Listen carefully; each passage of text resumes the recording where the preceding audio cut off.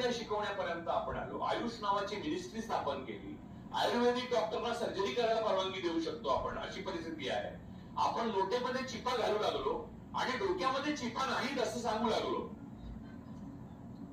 आणि एवढ्या छिपा लेवलला आपण गेल्यानंतर आपल्याला वर काढणारी माणसं घाबरून बसली आहे. किती वाईट आहे. आणि वर काढणारी माणसं कोण आहेत? ती आपणच आहोत.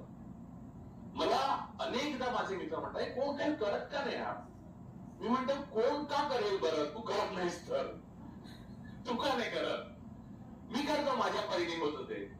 मला जेव्हा पत्र येतात किंवा मेसेजेस येतात किंवा हे येतात, हरिभाऊंच्या मुलाखतीच्या खाली पण खूप हरिभाऊ बद्दल पण लिहिलेलं आहे बघा.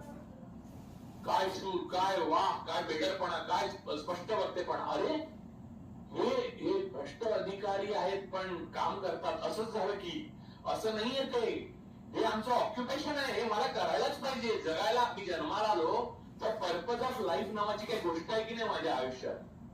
माझ्या आयुष्याचं उद्दिष्ट आहे, तर त्या मूल्य व्यवस्थेशिवाय ते होत नाही. म्हणजे जगणं